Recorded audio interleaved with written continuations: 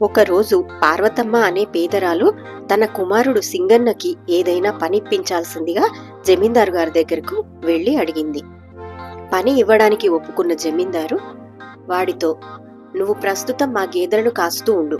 జాగ్రత్త సుమా, గేదె ఖరీదు 500. ఒక గేదె తప్పిపోయిందంటే 500 వసూలు చేస్తాను" అన్నాడు.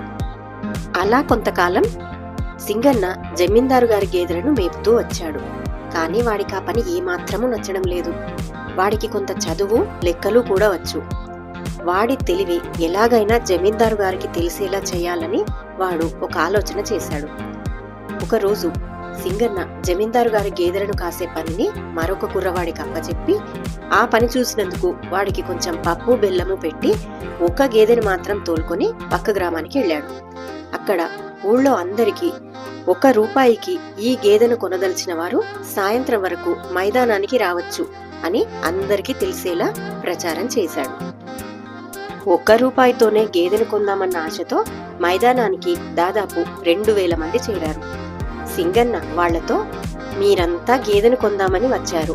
కానీ ఒక్క గేదెను ఇంతమందికి అమ్మాలంటే చీటీ వేసి ఎవరి పేరు వస్తే వారికి గేదెను అమ్ముతాను. చీటీ కట్టదలిచిన వారు నాకు ₹1 చొప్పున ఇవ్వండి" అన్నాడు. అందరూ సింగన్నకు తాము తెచ్చిన ఒక్కొక్క ₹1 ఇచ్చారు. సింగన్న అందరి పేర్లు చీటీల మీద రాసుకుని వారిలోనే ఒకరి చేత చీటీ తీయించి ఆ పేరు వచ్చిన వారికి గేదెను ఇచ్చేసి ₹2000 పట్టుకుని యజమాని వద్దకు వెళ్ళాడు. "అయ్యా, మీ గేదె పోయింది, ఇదిగో డబ్బు" అని తాను సంపాదించిన డబ్బంతా యజమాని ముందు పెట్టి జరిగిన సంగతంతా చెప్పాడు. జమీందారు ఆశ్చర్యపడి, "నీకు సూక్ష్మబుద్ధి చాలా ఉందిరా.